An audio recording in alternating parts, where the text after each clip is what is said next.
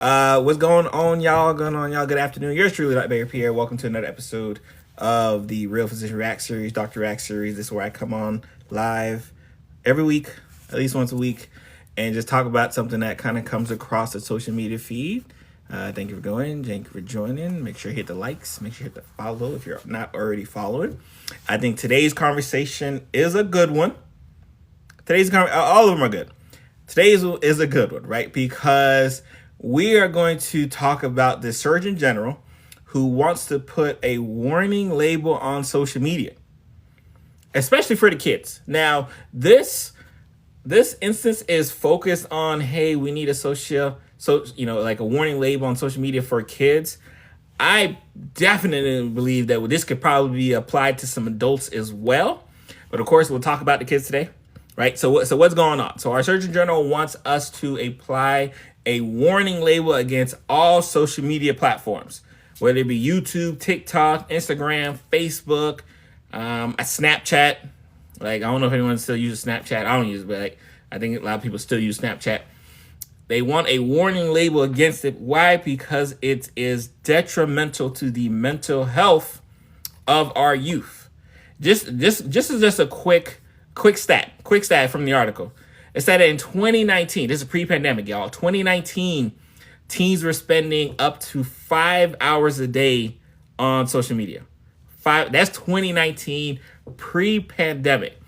Do you think that number has gone up or down since the pandemic? Like, again, 5 hours a day average on social media. Now, again, let me date myself so y'all can understand. I know y'all see some gray hairs. Let me date myself real quick. I'm 41 years old. Right, I grew up in a time where, like, I didn't get my first phone. I didn't have my first phone until I was a freshman or sophomore in high school. Right, this is 97-ish, 98. We didn't even have a computer in the house till I was almost like a senior in high school. Right, so I understand these kids are living different. Right, these kids are living different. These kids got iPads and iPhones and watches, and they got access to technology at such a different rate. So I know that there's going to be some caveats to this discussion right here on whether we are giving the kids too much social media. Someone says up because schools are online. Yep. Yeah. Keens. Yeah, that's it. That's a big thing, right? Definitely up. It is definitely up from the 5 hours. And again, a lot of it has to do with convenience, right? Schools went online. Everything went online. It became more convenient to do stuff online.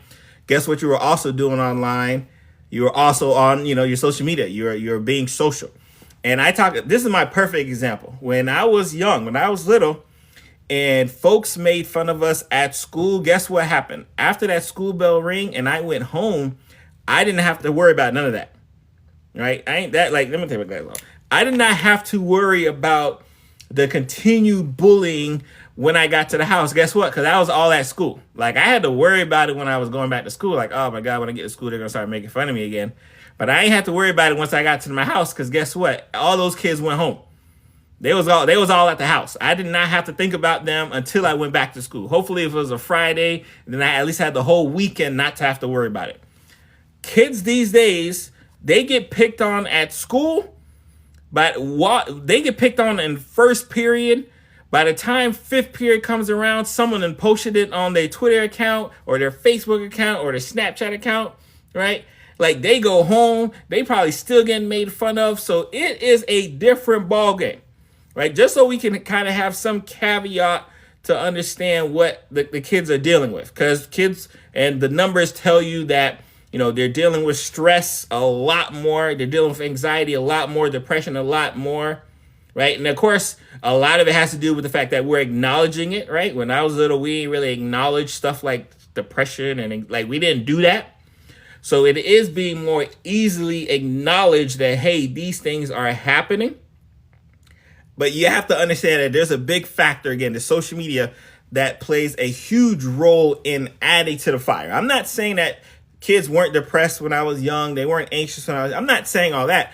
I'm just saying that now it is almost on a 24-hour cycle because of social media. So the Surgeon General, right, wants us to put a warning label. And what does that mean, right? So it's first of all, this is, you see articles like this. You want to know, all right, is there any Is there any like bite to this, right? Is there any bark coming on here? What's going on here if they pay a warning? Like, what does that even mean? So what would occur, right, in theory, is that every time you're on one of these social media platforms, these apps, whether it be Facebook, whether it be Twitter, whether it be Snap, whatever you're on, you would have these kind of like, labels, these kind of, kind of like headlines across the social media platform, just kind of reminding kids, and more importantly, the parents, right? Because theoretically, you would need some permission to get online from your parents, theoretically, right? I know Florida, I'm in Florida.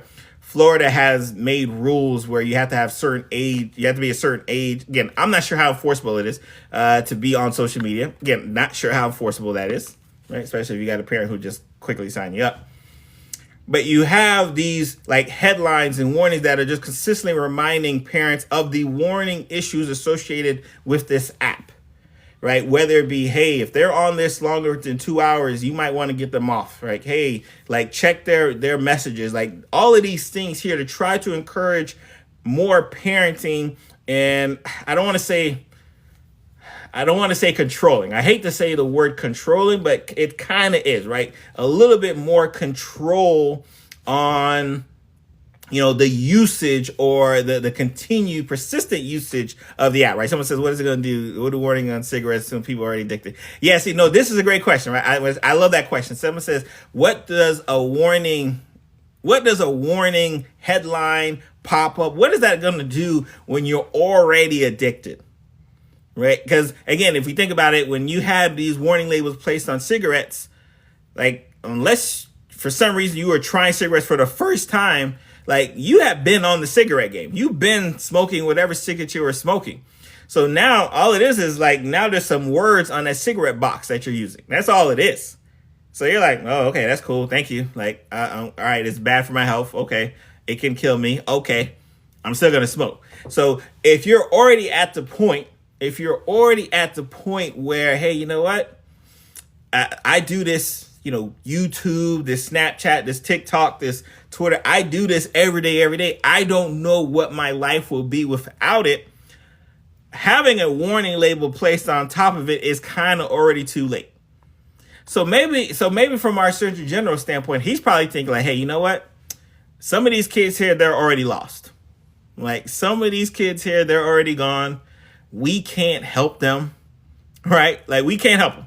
Like it's already happening, right? It's like they're gone, right? We need to try to help the younger people behind them to say, hey, you know what? This could be a bad thing if you don't monitor it. Because again, I'm a believer that if you do it well, right? If you monitor it well, if you, again, someone said, kind of controlling assets, controlling behavior. If you do these things well and in moderation, I don't think social media in general is bad, but I do think having this continued persistent use to the point where you are dependent upon it, like, can be terrible. I do think that it can be terrible, especially if you're on the side of being mentally abused from it, right? Being mentally distressed from it, right? Like if you're on that side, I can see why you would want to limit access and use to it. I can 100% see, like you see that part of the reason, and obviously if you're on TikTok watching me, you already know, part of the reason why they want to get rid of TikTok, quote unquote, is that fact that they feel like TikTok is so overpowering in the way we think and the way we act that, hey, we got to get TikTok out of here. All of that whole privacy and China and all that, nah, that ain't really it. It's the fact that, like, if we have access to information, we may act upon that information, right? And they don't want us to have access to certain information from certain groups and certain sides, right? Again, we don't need to go into, the nitty gritty here. We can do that at a later time.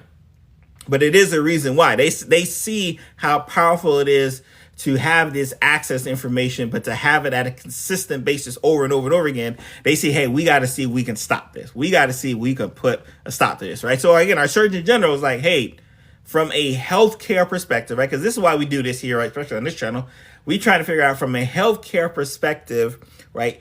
Is this or can this be a problem, right? This social media. and I take care of adults. So like obviously they're focusing on talking to the adults, right? I mean to the kids, right? Because one, they think the adults are lost cause. But like again, I see this all the time in the adults, right? I see adults who spend a lot of time on Instagram, adults who spend a lot of time on Facebook, adults who spend a lot of time on Twitter, right? And they take a lot of what I champion, this aspect of information, but more importantly, a lot of adults take a lot of misinformation and disinformation from it. So, like, yes, we want to focus on the kids. We know the mental health. Shout out to it's Mental Health Awareness Month for men. Well, just Men's Health Month in general, but obviously focus on that. But like, there's a lot of misinformation, disinformation on social media just in general. So I can see why you would want to attack the continued persistent use of it, especially if you're not getting adequate information. But right now, we got to deal with the kids. Right now, they're telling us, hey, you know what, adults, we think y'all are a lost cause. If you guys are stuck on your social media platform, we can't help y'all. So they're not even talking to us no more, the adults. They're saying, hey, but we can probably talk to the kids. And what can we do for the kids, right? How many, especially for those who may have kids, right? How many of you are actually using the parental guidelines on it, right? Like, I think it'd be interesting. Like, how many of you are actually using the parental guidelines, like, on your social media, platforms for your kids, right? How many of you are restricting how many hours they can be on it? How many of you are restricting, like, what type of contacts they should be doing? Like, I know a lot of parents who aren't doing that. Right. Like, and that's, when you think about it, that's kind of wild, right? You think like, man, like you have an opportunity to, I guess, limit it, but you don't. Right. A lot of parents, if you talk to them, I'm an iPhone user. We're team Apple in the building. And a lot of, because we're team Apple, like I have access to all of my kids. I know which apps they're on. I know how long they're on these apps.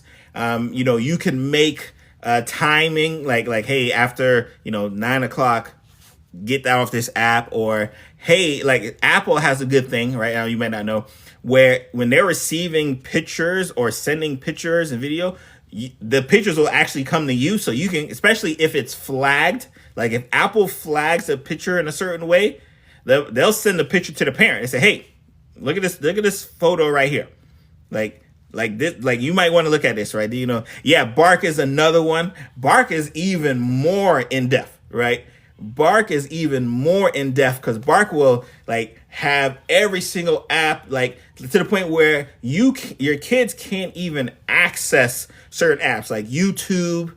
Like there's a YouTube Kids, which the problem with YouTube Kids is that I think there are creators who understand that like kids will just watch YouTube videos all day, so they won't put like great stuff on YouTube Kids. YouTube Kids is kind of hit or miss in that regards, but it is still at least better than having access to the full YouTube, right? So there are a lot of apps from a parent perspective that you can try to do to try to limit the use of it and the persistent use of it. Like it's like I'm to the point where I can shut off apps, I can shut off internet. I'm that type of parent because I know how some of the crazies are here on the World Wide Web, and I got kids who are 8 and 12, right? So I know they might want to be on YouTube, and they don't have my kids have access to YouTube. They don't have, obviously they don't have a Facebook account because what you need Facebook for. They don't have a TikTok. So they do a lot they're YouTubers. They'll watch YouTube all day and every day. But like from that, someone said, oh, hold on, let me see. Yeah, we'll get y'all in a second. But they don't have access to these other things here in regards to some of these other social media platforms, right? So it is and can be very scary when you think about it, right? So I see this article here and I see, yeah, you know what? Like, I don't think that's a bad idea, but like someone mentioned earlier, we might have kind of already missed the boat, right? We might have missed the boat as far as, hey, yeah, it might already be too late, right? For at least the majority of the folks who are on social media platforms right now. But maybe like the kids after them, if we just kind of let them know like, hey, yes, you know what? Being on TikTok forever can be a problem. Being on Facebook forever can be a problem. Like that's issues. Let's see if we can bring someone up. Let's see if someone's asking. Let me see here. let's see. Let's see. Give me a second. I want to see if I can. Of course. Apologize about that. But I'm trying to see if I can get someone up there. Okay. I don't see an option to invite because sometimes I see it like some people sometimes it'll pop up. So can you want to invite the person? But I'm not seeing it necessarily an option for to do that.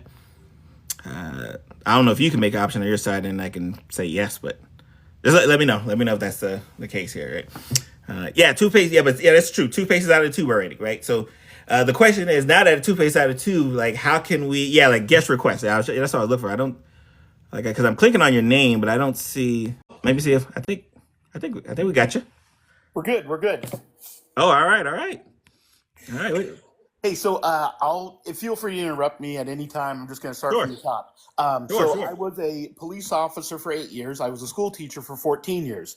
Worked with a lot of people with a lot of different challenges in their life, including addiction, dependency, compulsive behaviors. And throughout that career, those two careers, had a really good talk with somebody who was in the addiction, the treatment of addiction, addiction medicine, and I and I've never had any of these issues, so it's hard for me to relate. But he walked me through something really well. He said when you have somebody has an addiction, a dependency, a compulsion, and you say stop drinking, stop social media, stop. What they hear that is stop functioning, Mm. because that's how they function in life. That's how they get through the day is looking forward to that cigarette, looking forward to that narcotic, looking forward to that buying that lottery ticket, whatever. So when you just say, "Oh, it's simple, stop using," it's not simple because you're saying stop functioning. That was just a huge golden nugget that got put in my head. Um, Back when I was a police officer, I worked with a guy. It was early in my law enforcement career, and flip phones had kind of just come out, and you could send like a very grainy, I don't know, 1 megapixel picture or something. And I was at the beach, and I took a picture of something, and I sent it to my buddy, and he said, "Oh yeah, I never got it," and I've never had kids, so this was something that was hard for me to relate to. And he said, my cell phone company, at least at that time, said, my cell phone company, we can either allow data or not allow data. I think this has changed.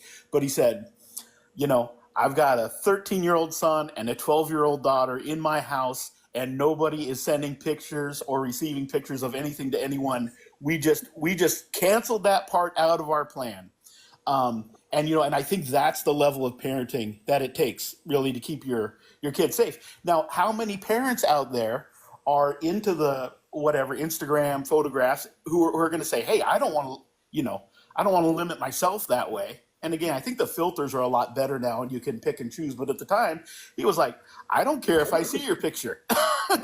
Because I'm going to keep my kids safe, and that's the level that kind of parents need to be willing to sacrifice on their own. Um, and the other thing I'll bring up is I'm 55, and I remember, my grandfather smoked for a long time. He's long since deceased now, but he used to get in the car and light up a cigarette. Like that Mm-hmm. was just as simple as putting the key in the ignition. I don't, you want to talk about a compulsion?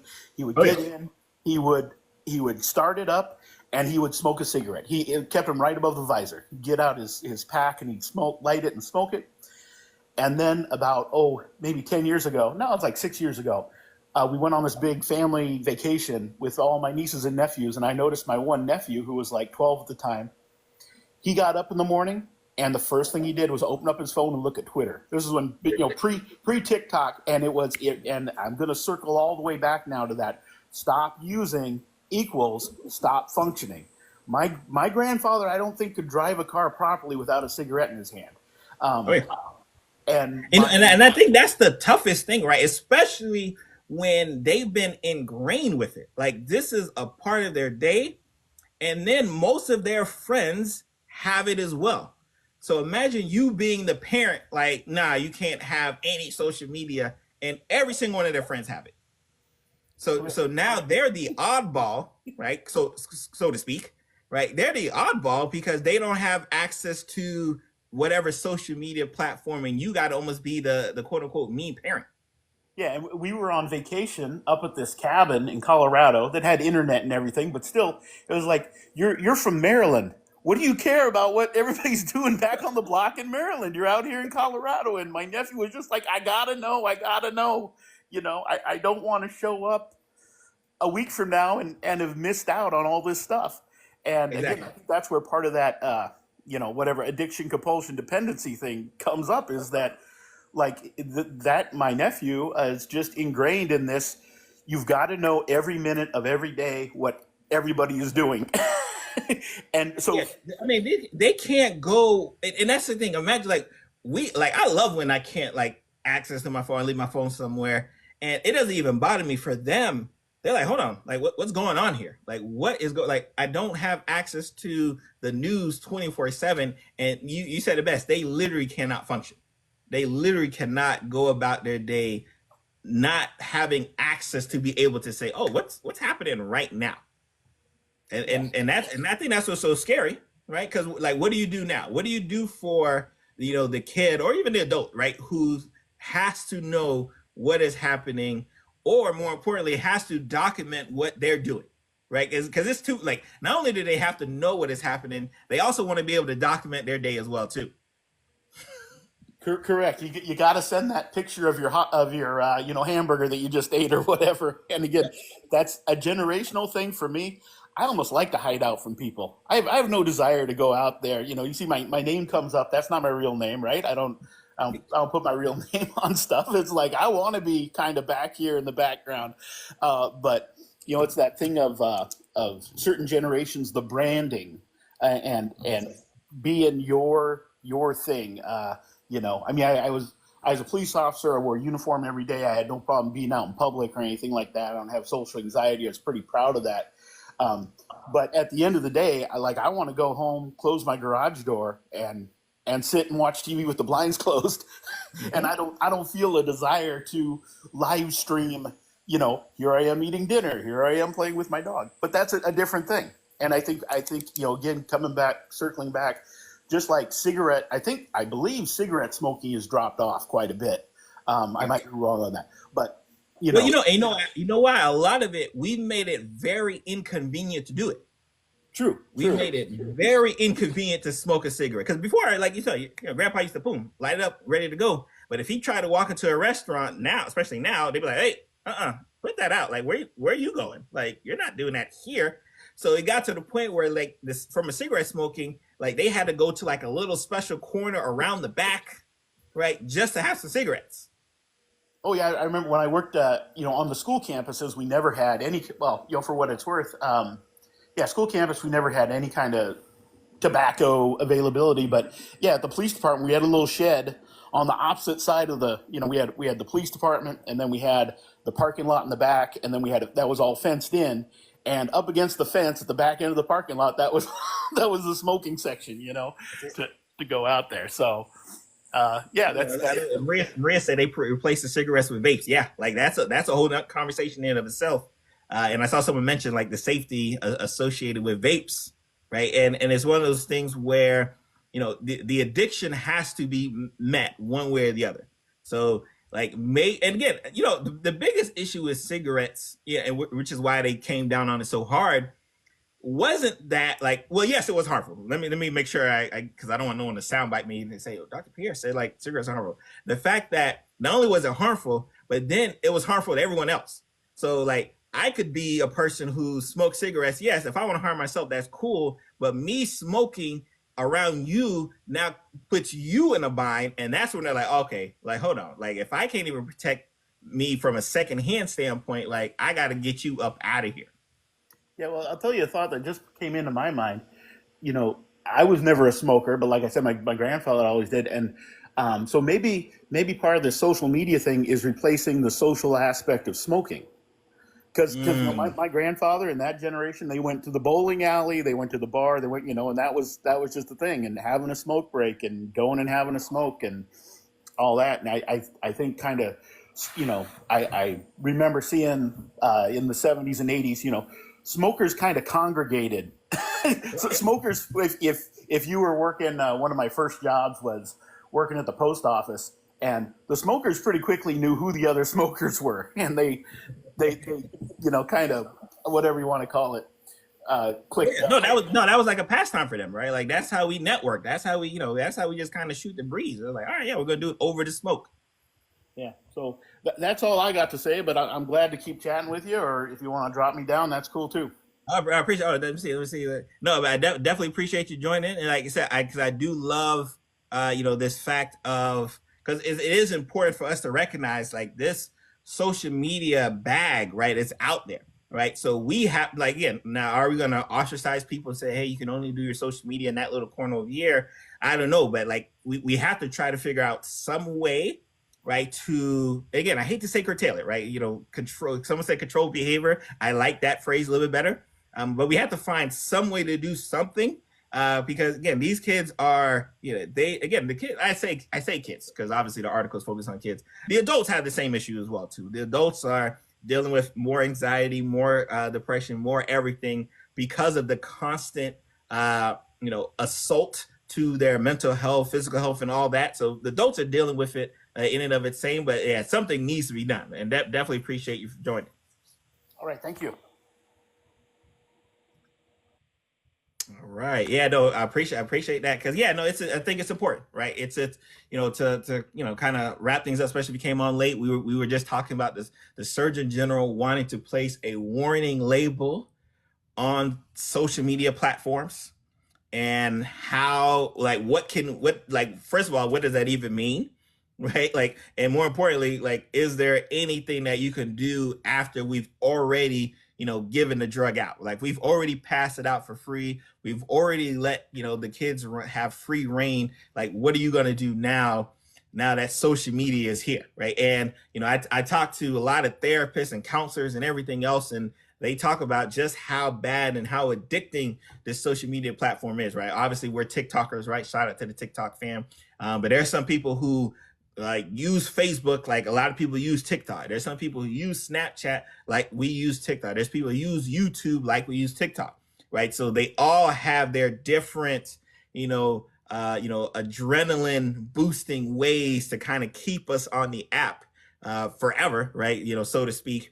And we just have to, especially those who, the adults, and if you got kids or younger ones, we just have to kind of figure out ways to kind of curtail that, right? Like, because it is going to continue to be a problem, unless change like comes from the top, and change ain't coming from the top. Y'all already see that's not happening. Like, they are relying on, those who are using it, those users who are using it, the kids, and, if they got some adults and guardians in the way, they're relying on them to do something about it, right? So we are going to hop off again. I just wanted to hop on here, right? Because I thought it was hilarious, right? That we're going to start putting warning labels. Again, they already want to kick off. They already want to take TikTok away from us. It ain't going to happen. But I thought it was extremely hilarious that now we're going to start seeing warning labels on our social media apps when we log in, right? Too funny, right? And if you didn't catch the episode, we will be posting this on a YouTube page and our podcast this week. So it'll be on there at least by Saturday. Make sure y'all follow, like. I appreciate you for joining. Shout out to our friend who sketchy can for I apologize for pronouncing it wrong, for joining the live. And anytime we'll be here next week to talk about whatever kind of crosses our mind. Y'all be blessed.